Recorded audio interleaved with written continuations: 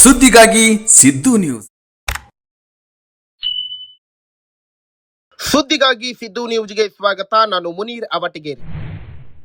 ವಿಜಯಪುರ ಜಿಲ್ಲೆಯ ಬಸವನ ಬಾಗೇವಾಡಿ ಪಟ್ಟಣದ ಅಗರ್ವಾಲ್ ಮೇಗಾ ಮಾರ್ಟ್ನಲ್ಲಿ ಚಾಣಾಕ್ಷವಾಗಿ ಕಳ್ಳತನ ನಡೆಸಿರುವ ಇಬ್ಬರು ಯುವಕರ ಕೃತ್ಯ ಇದೀಗ ಬಹಿರಂಗವಾಗಿದೆ.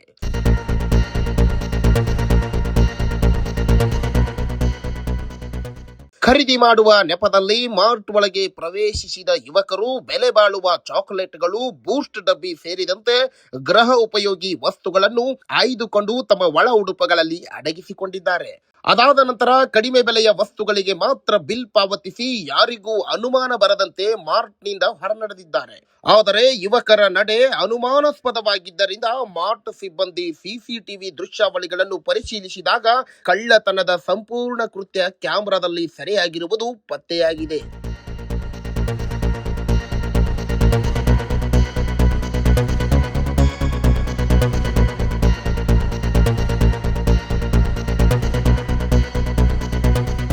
ಸುಮಾರು 6,000 ರೂಪಾಯಿ ಮೌಲ್ಯದ ವಸ್ತುಗಳು ಕದ್ದೊಯ್ಯಲಾಗಿದೆ ಎಂದು ಮಾರ್ಟ್ ಮಾಲೀಕರು ಮಾಹಿತಿ ನೀಡಿದ್ದಾರೆ.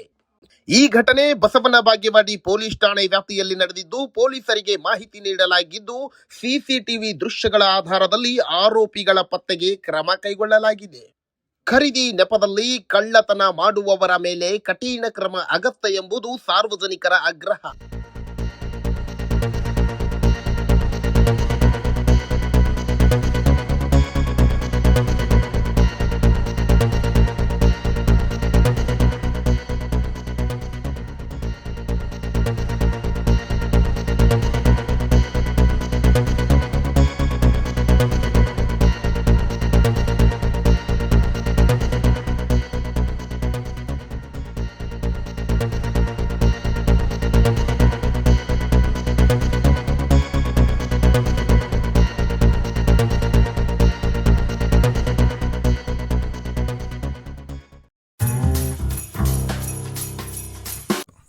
ಜಾಹೀರಾತುಗಳಿಗಾಗಿ ಸಂಪರ್ಕಿಸಿ.